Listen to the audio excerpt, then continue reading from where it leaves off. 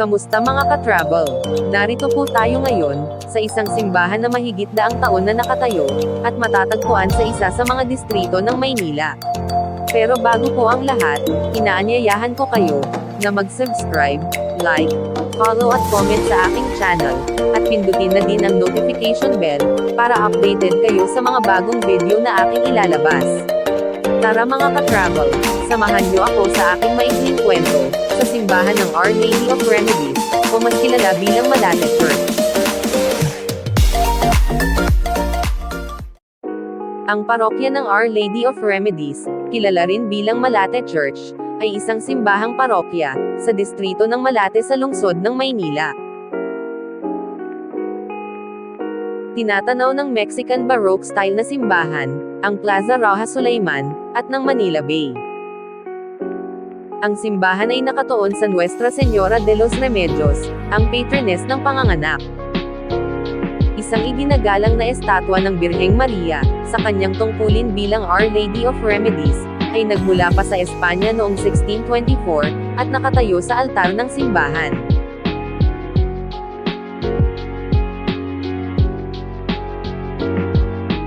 Ang Malate ay dating kilala bilang maalat, dahil sa maalat na tubig ng Luok, at bilang Lagoy o Lagunoy, ang pangalan ng kalye na naghihiwalay dito sa ermita.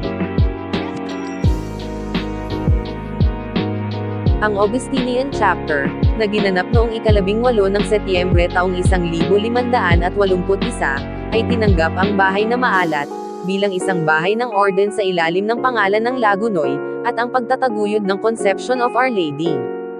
Sa kabanata na ginanap noong ika-17 ng Mayo taong 1570, tatlong residenteng pari ng monasteryo, ng San Agustin sa Maynila ang kinasuhan ng pangangalaga sa mga katutubo ng Malate. Sila ay si Padre Alfonso de Castro, Diego Muñoz at Ildefonso Gutierrez. Ang ulat ng amang probinsyano ng 1591, ay nagpapakita na ang bahay ng Malate kasama ng Lagunoy, ay mayroong 1,200 katao, kumbento at simbahan.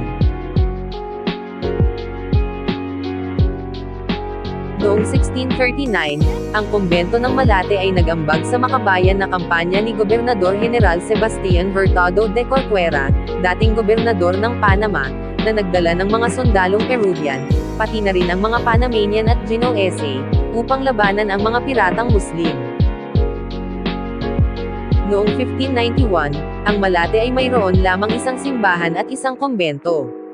Ang simbahan at kumbentong nakatuon, sa kapanganakan ng mahal na Birhen, ay napinsala ng husto ng lindol, noong 1645 sa Luzon.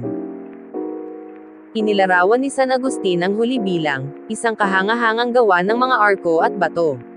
Pagkatapos noong 1667, ang parehong mga istruktura, ay nawasak sa utos ni Gobernador Sabiniano Manrique de Lara, dahil sa banta ng pirata na si Coxinga. Noong 1762, sa panahon ng pananakop ng mga Briton sa Maynila, ang simbahan ay ginawa nilang punong tanggapan. Malubhang pinsala ang natamo sa istruktura. Walang mga tala kung sino ang nagpanumbalik ng mga gusali, pagkatapos umalis ang mga Briton.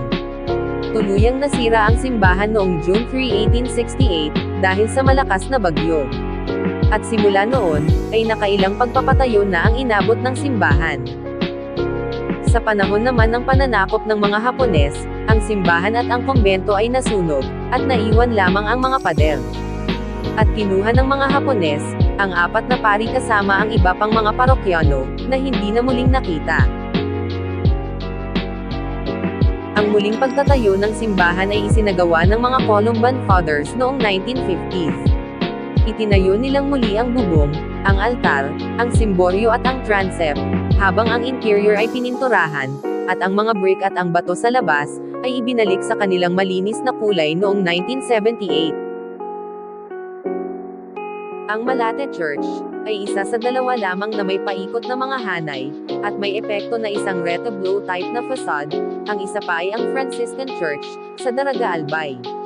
Ang Malate Church, ay itinuturing na isang mapanganib na puta, kung mahuli ng mga puwersa ng kaaway, dahil ang mga simbahang bato sa labas ng Intramuros, ay maaaring maging isang magandang taguan. Nang sakupin ng mga Briton ang Maynila noong 1762, nag-operate sila mula sa tore ng simbahan, at kasunod na sinibak ang Maynila. Ang disenyo ng panglabas ay naghalong Muslim at Mexican Baroque. Ang gitnang hugis parehaba na katawan, ng tatlong palapag na harapan, ay nasa gilid ng dalawang nakamusling tukod na bilugan, na hinubog sa kalahating nakaimbed na hexagonal na mga anyo, at na-convert sa mga bell tower, sa pamamagitan ng paggamit ng ikatlong baitang, bilang mga kampanaryo. Ang mga nagpapaganda sa ibabaw ng bato, ay ginawa sa natural na panlabas, na parang ang mga disenyong pang-adorno, ay lumitaw sa ibabaw bilang isang holistic na bahagi ng disenyo. Ang simbolo ng Augustinian, ang nag-aalab na puso, ay inukit sa magkabilang panig ng pasukan. Ang mga kampana ay nakasabit, mula sa pinakaitaas na bahagi ng bilugang tukod.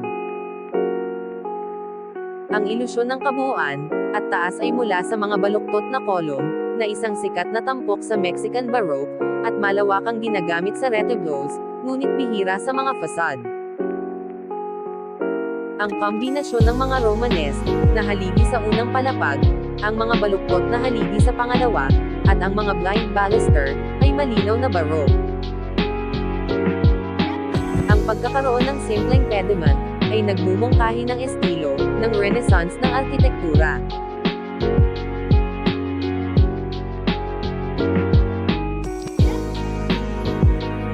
Sa loob ng simbahan ay nakalagay sa pangunahing altar ang imahe ng Our Lady of Remedios. Ito ay dinala mula sa Espanya, ng mga Augustinian na nangangasiwa sa simbahan noong ika-16 na siglo. Ang larawang ito, ay sikat sa mga ina na may mga anak na may sakit, ipinakikita nila ang kanilang debosyon, sa pamamagitan ng pagsisindi, ng mga espesyal na kandila at pagbuhos ng kanilang mga pribadong petisyon.